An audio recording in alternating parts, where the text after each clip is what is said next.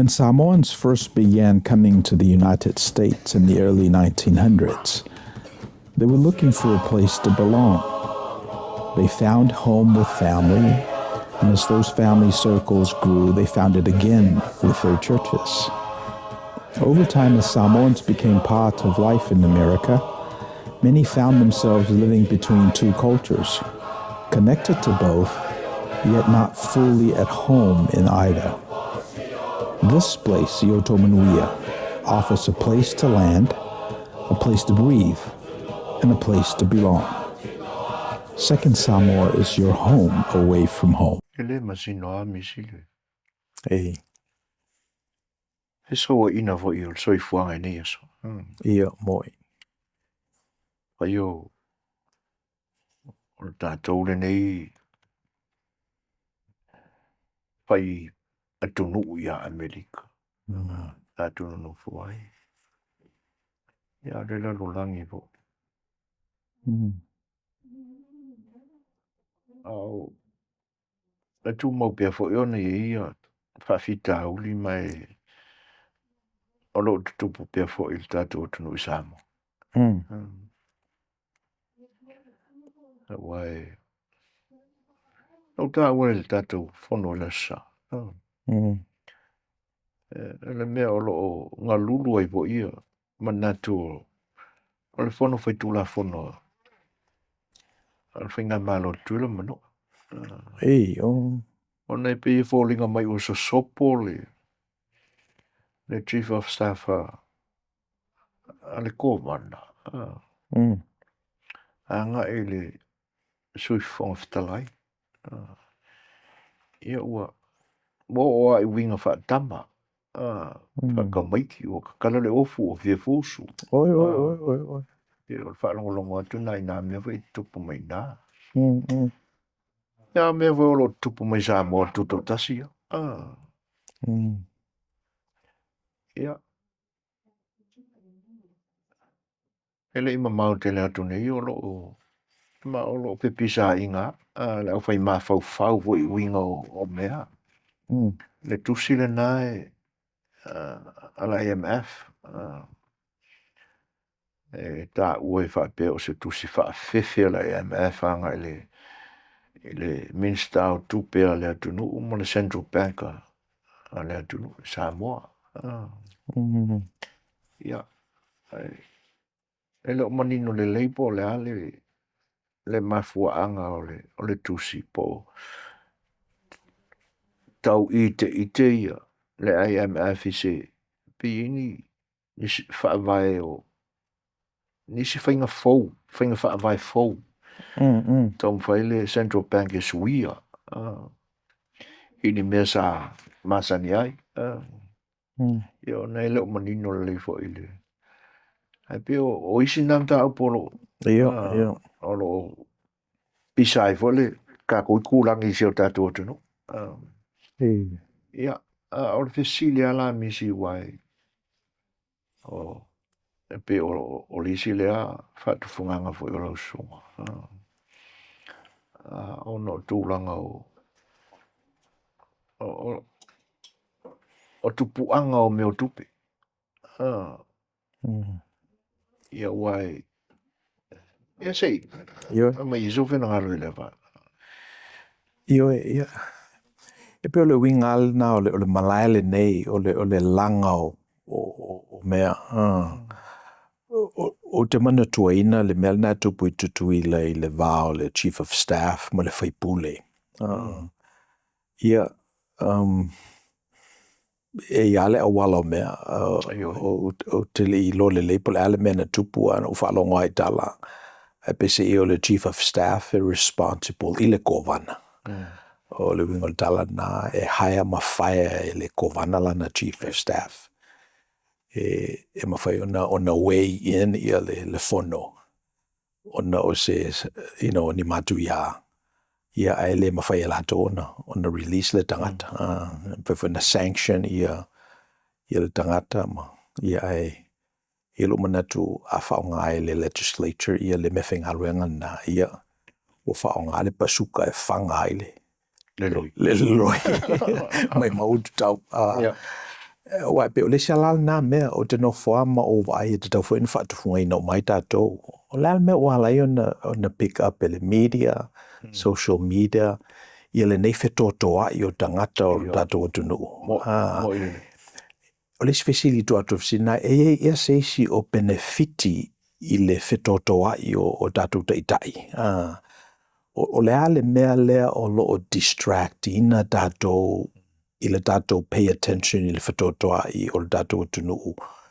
Le tawon tato focus yai, but because we're humans, we're limited by time and space.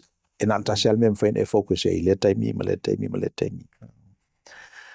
So pe ola upatia tu la le nai, le isu le nai, I tutuila manua. O te loa la fain e la tutunga wa. Okay. So o la fa manatu I le fua o Amerika Samoa. So you know, so la fi fiela tunu but I guess it's not worthy.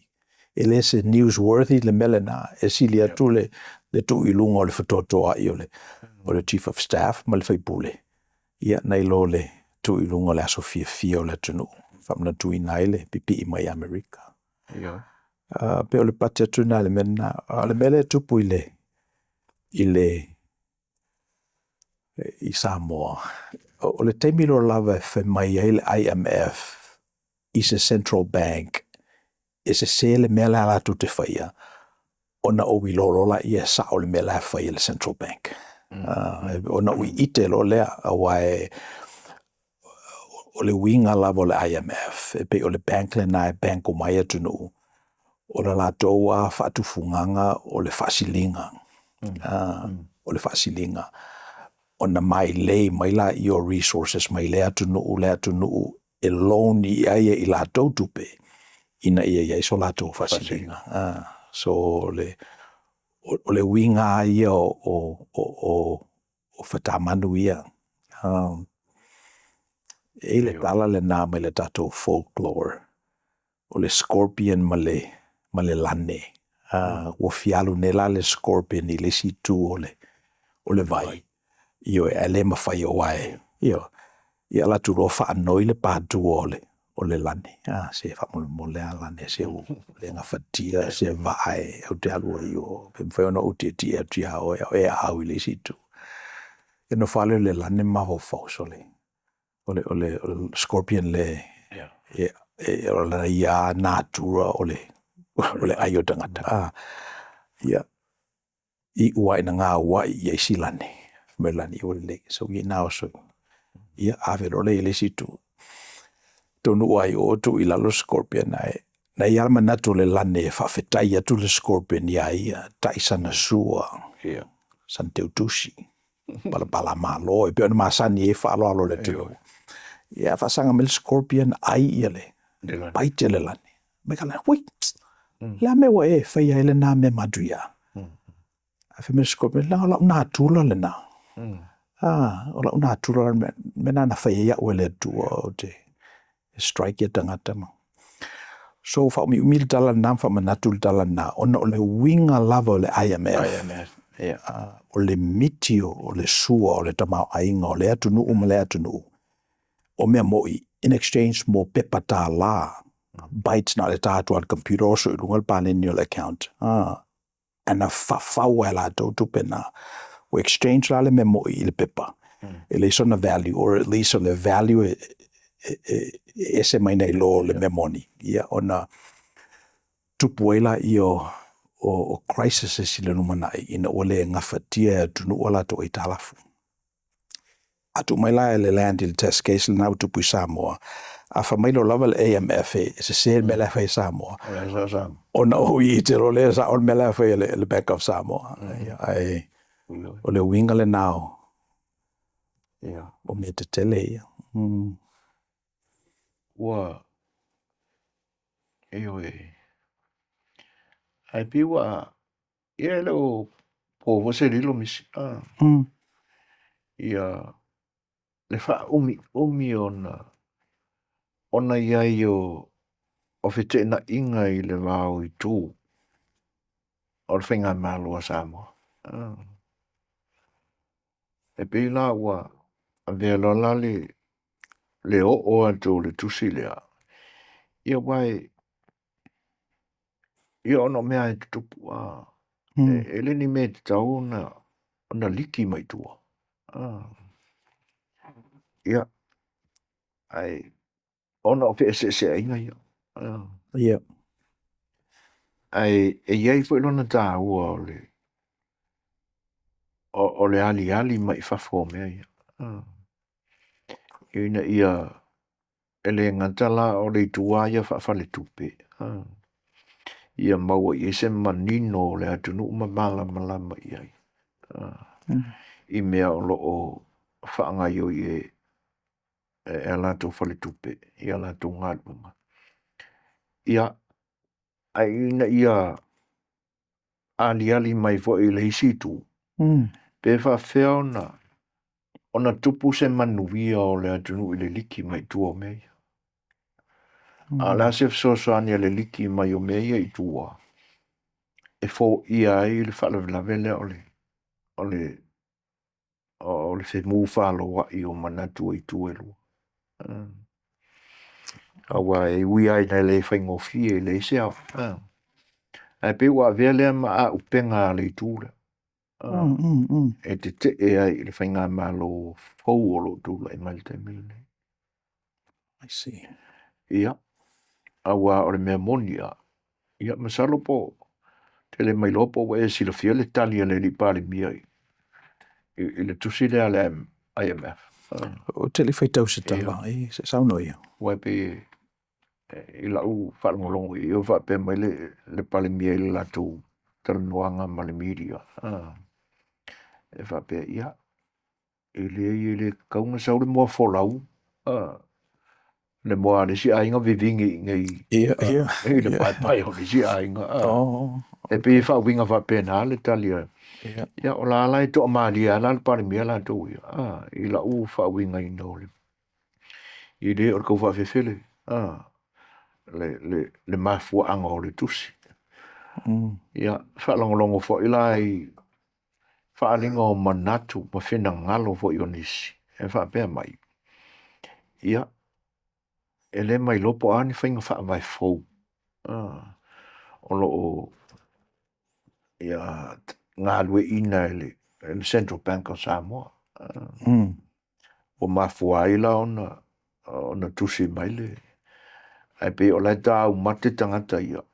O le wailoa e la IMF. E le o le ua lima whaasolo le hongo kausanga ele i koe loan Samoa. Rono inga o le salato tupe maua mai ia. Ia Samoa. Ia, okay. Pe o le silina mea e pe la ona e saunoa. O le taimi e whaapea mai e se tala le IMF wa se se le mea o whai le Central Bank a le atunu ma le malo. Ia ona i te lolea e sa o le mea le e pe whaapea nā le manatu ma whela wha inga o manatu o tangata. Wa i loa mai mangingo le leile le IMF. O lewa o whesi umi e leo koe mahu e la kupo. Koe mawhawhau sa mo e whai misino ngā tupe. Ia. I on wha oso mai lore i si au wala le. Ia, masalo. E te whai atu nu o borrow IMF. Le mela na e whai tete ai langa o le collateral ai ia le tunu o atu. E pe o whata manu tuaia ia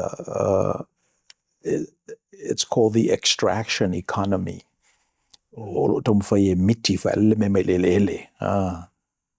Ia e te tawana i se si au wala e si i atu nu. Other than miti mai tangata malo losi le vai o tunu ia in exchange for something i le whitaui ma le mena au mai. Awa mea na le ala i ona malosi le dala America ona o le world reserve currency. So au mai lal sua o i nei. Ia watu le pepa i o. So pe mena le o lo fai nei le tala America. Le mafuanga ia lai ona malosi le tala America. Ai vai la tau le tupu nei Iran. Wa mata ona mata na tana ia le petrodollar. Wa matona settle i le whaatauina le suau I isi currency se ese mai nei lo le dala Amerika. A whapea la o le alu I lalo le demand o le dala Amerika. Io le apa ufo I lalo na valley. So me mo I alna le ala io na vevesi I ona o le se ale malo e le ustai I malo le NATO o Iran. Le ngatara le ustai fo I isi kolone o Amerika, Saudi Arabia, isi tunu na au dafa Lebanon, Qatar. So mena le o tupu nei. Le wo ova nei mal fast furu lima yaso talo na faile taua. Le au tato fioli nei na wo ova ma le ono tala le kalone le tau o le petrol. So ia tataloa ia vavefile mule le tunu ma le lalolangi e pe o le whaamoemoenga na ia mwhewhoi nei se teimi tatu te participate le au mainga o le file mu ia le me mana ia le mena Ioi. E pe o isi ia white na inga o lo I le lalolangi ni aso. ia Ai ese mai ia lai white na inga whaaloto I whali. okay Le whai lai peo na whaasoa mai I ngai mea ia wa langa mai lunga le media o lo tupu I le whanu whaitula whono a Menek Samoa. Ia e pāanga tutusa whai ama mea umai e tupu. Ia pe o whete na inga whaaloto I whale misi. Le ua manatu fo I pole ase whina ngalo lau songa I le tūlanga. O se tūlanga fo le momo oa I se mau poponga. Aua. A whaini le fesili. Tai pēla o le mata upusa ta a mata I le ni tai au. O le whaangalue ina I le tangata o ua pale I se swafa. Se tofi. Ia. O mea e te tauno o iei lana tō whā, malana wha au tautanga, o le wha mau popoina o se ainga, pe awhe o se matai. ia E o wailai le ekalesia. O se ua wha ia aora o whainga luenga ua. I umai fo I se kolisi wha whaife au. Ma wole nuu tausi le ekalesia. O le nā wele lango nei tasi. Ia mawhai ona wha mau popo. I ni a tīnae, e le ngata e ola I le soifua wha le nganga. Ia al soani fo I le tu wha le tini. A o ngā le whanau. Ia. Ai au mai no la tātou ini. Ia tunu uni. Ia ono wa ailo le il whainga tāo na wha mau popo le community. Po le a se ngā luenga e mawhai eila. Ia wa oa ore matai. O lo ia te au le suafana na tō mai ai le wha aloa loa se o ainga. I lo mātou nu o sa anapu. Ia, o te tau ave. O ti u te wha matai la. O le wha maho popo ai. Ia. O le mea la I leo langa la wha makai I ringi ia kong. Mātou nu e se fo I o lo o. Sa ili mā loa I o tātou tangata. Ia pau ale me wha maho popo. O le kei me e whai ile oki. O le kei me whai le aso wha ngau. O le whai poipo. Ia wai le wha peo lo tau a inga umai e anga I umai le ekale sietas. ia Te lele ni ia tunu. Ia o isi lai ngongo foi I Arizona. Ia o Seattle. Ia. Ai pe o le tūlanga le nā po le a se teimi e whai e se auta singa. Ia ala whainga renga le atua. O toia ina mamatai o le nu. So lava po fe o mai ai. Fe le nu ule fio anga e suafa mai le ai ise nau ta inga fo e o mai mongi e wha mau popo le nu. E pe o se va inga le na pe o la wha fiona.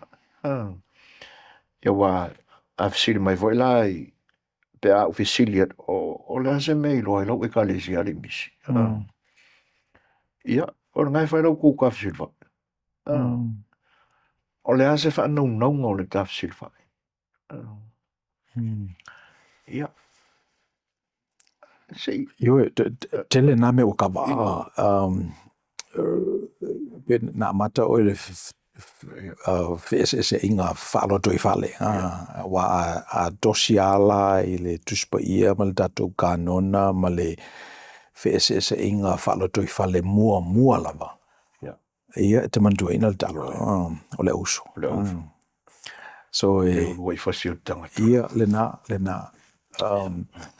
ia na sawa yala ia o le na foi se nga whaalo toi whale. Ia le awo o mai o tatou teimi.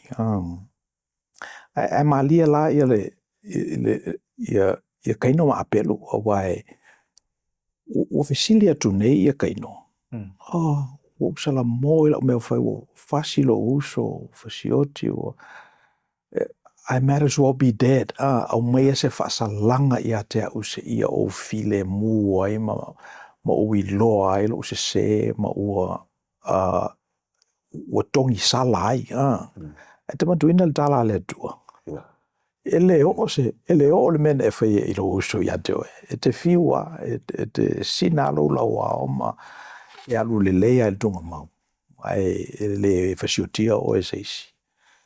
Ele ngata i lea. Au le tangata e fasiotia oe. Ia o whaafaina le sala o le ao ia te oe. So o le mela le guilt le wherua ima makaino. Makaino wherua ima makaino. Whaso solo meale le laina. Ina o mai isi tupulanga na il tangata na tupo cane. Tupo cane. O tangata whaen tupunga mai a kaino. Ina ua whaamaoni lo na hamoina o lana sala. O na whaulolo weapons of war. O na professionalize lo lo na ita, lo na mataua, lo na fitau i masui, o na whailole mana me mawaia na tupe, tausielo na ainga. E o mai lava ile, mele nei le military industrial complex. Tele tangato, tato, kasen fo ta wana whenga ruenga i na ile military contractor i El Segundo. So, o mela o whamatale na il tala na o nei ele ave sea ia se inga whalo tui whale. Ina ua saula le li. Na ila na tala na whaile melna. So memo mua, wo abstract le li ile melna e te le tau tā ilo uso. Ona ilo aila i o anga sala le ai e mawhai lava na loto. Ioe. E te le tau moe male iswafine. Ioe. Ilo loto. Wo abstract le li i le anga sala. A whapea lava lai i se whaatufunganga. E te tauna whai le loto. No whaitangata e marona loto ma. I whenai tangata whasosani mai ia o i lo wapu mo. I lo wā loto i whale lea i le uwhetoto ai. Ai am whai anu whailinga aruenga nai lo loto. O te manatu lava e tu o i ke riso manu malo. Au molan whenga aruenga na e te ai fo i lunga. E se whaito te leo isi tangata umana lato whai ole. Ole ngā aruenga lea. Si o mea leo te leo i lo le lei lava po o wheo i le ngafo o setu lena suia ia apelu.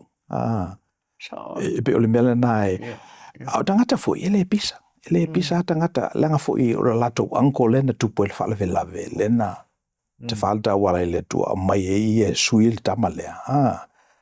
So malamalama le e tu le ala ia kaino ma tupo cane e whaia ia mea na malamaloa.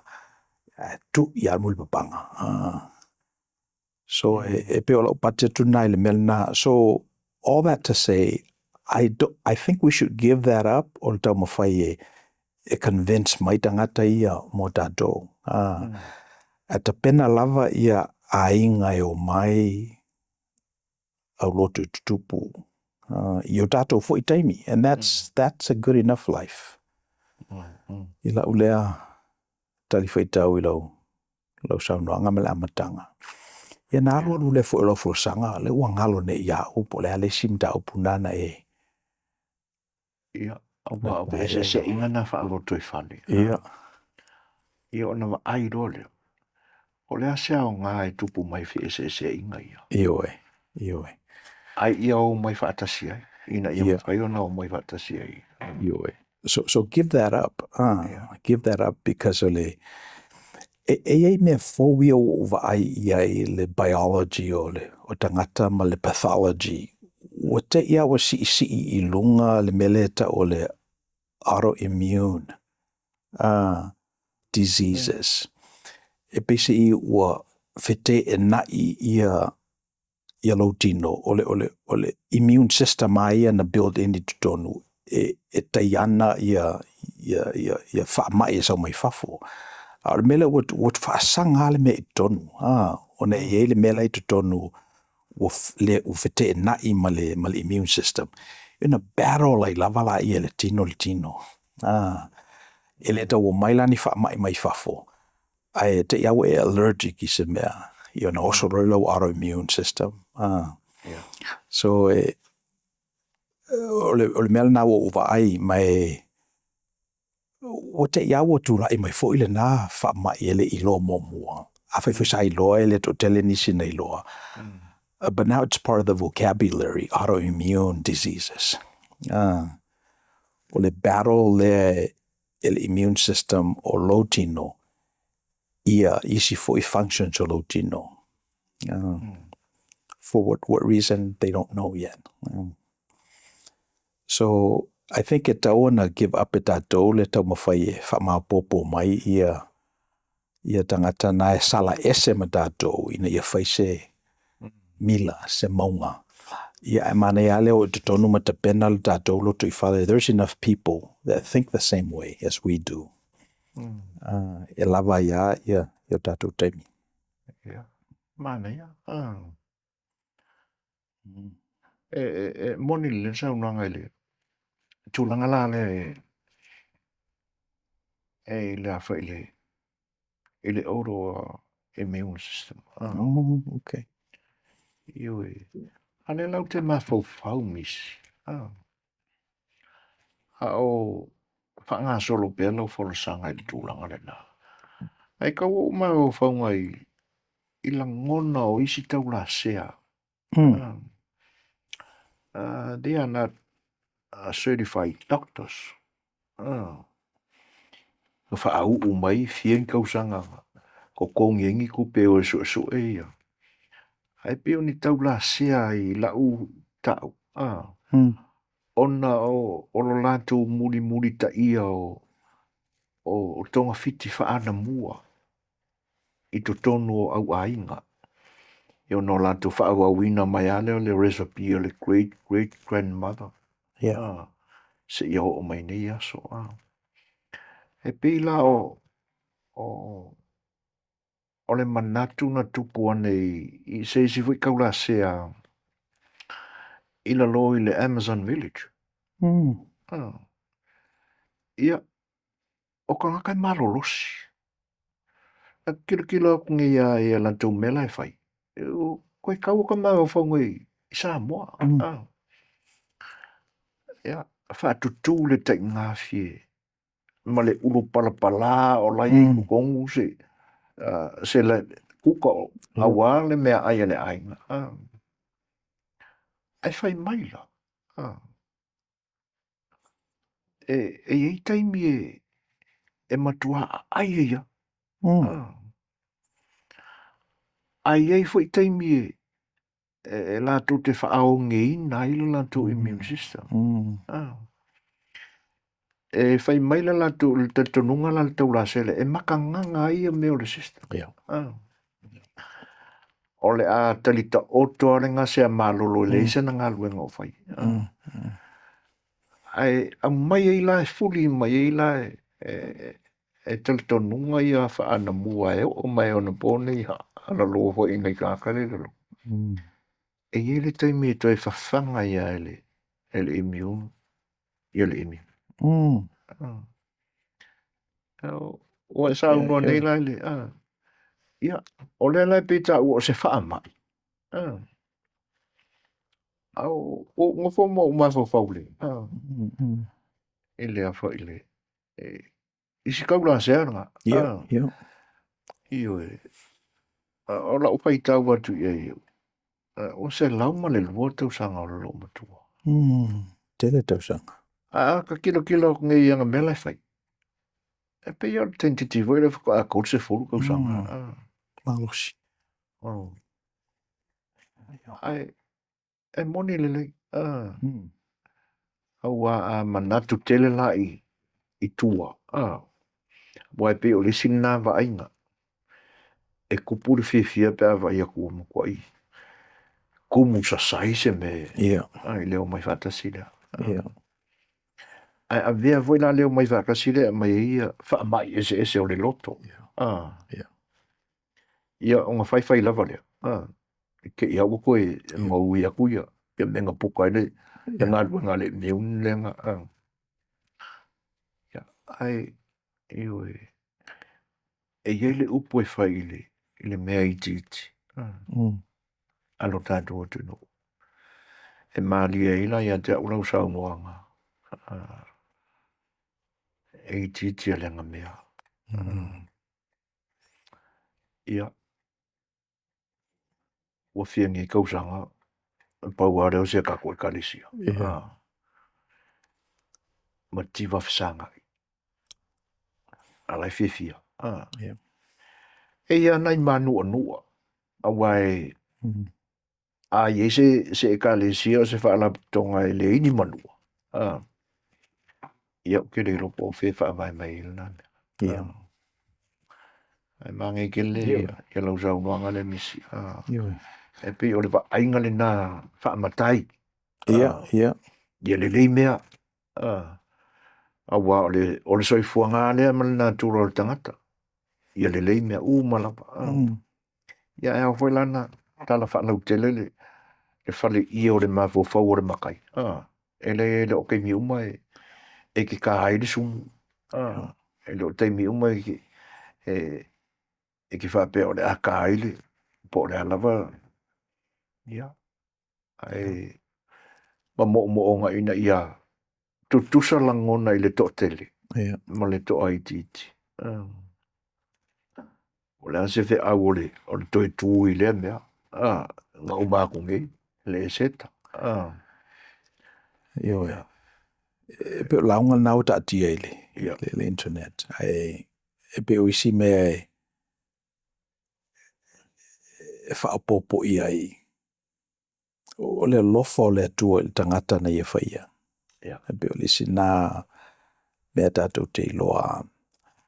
Mai o le tūlanga fo i o Yesu Keriso. O le tangata pe o e mau.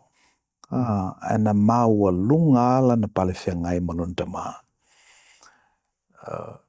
Ese mai nei lo le vaile a o na tangata lapim wharsaiyo. E le manatu o so sopo le li. Hawhewhea ona e ta ua i a le atua. O lutama. Oh, that's blasphemy. Yeah, ma eu lava i a le pale whengai o Yesu malunta maa. Malana tala la le no fo pe matatou. E telefoi ni mea tau te whaia i o tau taimi leanga o te alu i lukta maa. Walu i lukta maa, iona mai leo leanga anga pa ia.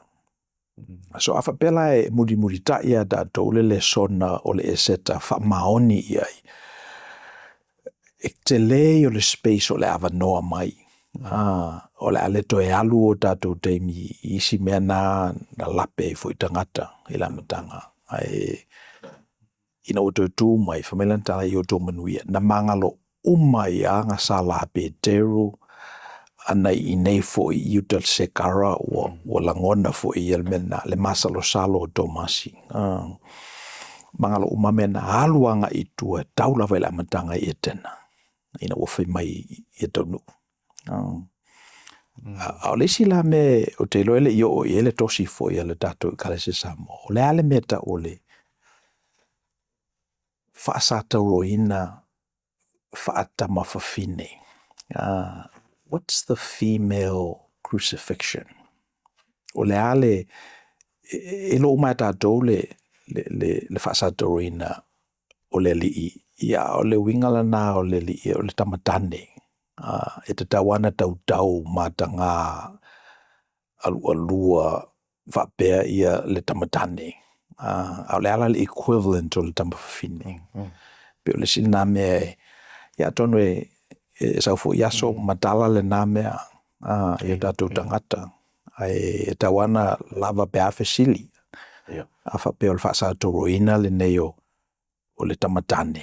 O le ale meta o le whaasata roina o le tamatene. Ele o ia o se e wafo ele o ta ua ni whawhine. Ele mamalama ta ua ele. Le mele na. Ia tonu e tula i mai fo inisi tupulanga o le. O le alatou tosia le mele na mō tātou tangata. I se awala wha maoni e mawhai e ona si i fo ile tūlanga o tamaitai. Ioi. Mana ia siam tarang. Ia. Pine? Ia. Kasi ito pai tasi ala. Ia. Ioi. Ona pisa i e fau le whalongo. Fau le whalongo ia. Wai moni ei. Na whai a whapea i tātou e le tua. O le tane. Mana whawhine. A tātou whesili ane la. Aise ana. Na o ane ai le whina ngalo le atua. E te tau ona whai se whawhine. Ia. Maua le siwa e ngā o tāmata upu. E lea ngana no whatotasis. Tau ana Iesif Sosoat. Ia. Sira fia le tala. Toi wha amoe ata. Tō leipi. Whai le whawhine. O le Sosoat. Ia. A whai ala o le tamatane a ia. O le malo si anga lea mo. Mo le ainga. Iona i tū uma. O le hafo la se tu ai ngā whaapua ngā tia e ono whaapua ngā inai. Ua te tau ai amoi.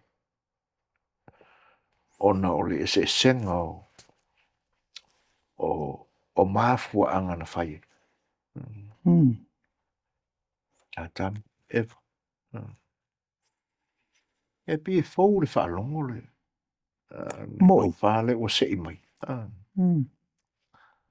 Whaasa tauro ina. Whaafine. Pol saure. Yo, whaasa tauro tamatene. Tamatene. Yo e. O te mawhauwhau ala misi. Ilo tātou tel tonunga whaasa mua. E to tonu au le loto e whale o le ainga ia. E ku i pala ia. Ia kama i whaingo whi au. Ma mawha. O tamatene a ia. Whi au mamai tonu le loto e whale. Ia. E iei upo le atunu oe. E whai. I le vāno no whai o le tama. Malona tua fine. E mū mata o le tama ngā ere. O le i oi mata. E ai ai whaasanga I whafo e le alo le tamatane maanga mamai. O le maua runga le nā o le. Yeah. O le wa aia sā moa I ala tū tamatini. Tamaitai. Ai ei la se ia pe au tala noa ala I le tū whaale tino o le upu. Ia. E le ia sisi atunu e whaapeo na whai ana whaasalanga. Ia la tū tangata solo tū la whono ma pango tā. Ia ngā aloha. Whaasatau. Ia. Ka kukela o aia kua o awe whaapea ni. Ni tamatini e whaasatau. Ia. Se vanga nā ila I situ ai ngā whaasalanga e. Ai atu umaila I le tū whaalea nganga e pe ona. Tau tilo iai. Awai o se luma o ngi kamakangi e la ku whaasakolo inga ia. E se kamaki. Tō I lalo. I tātou lea vai whaasamo.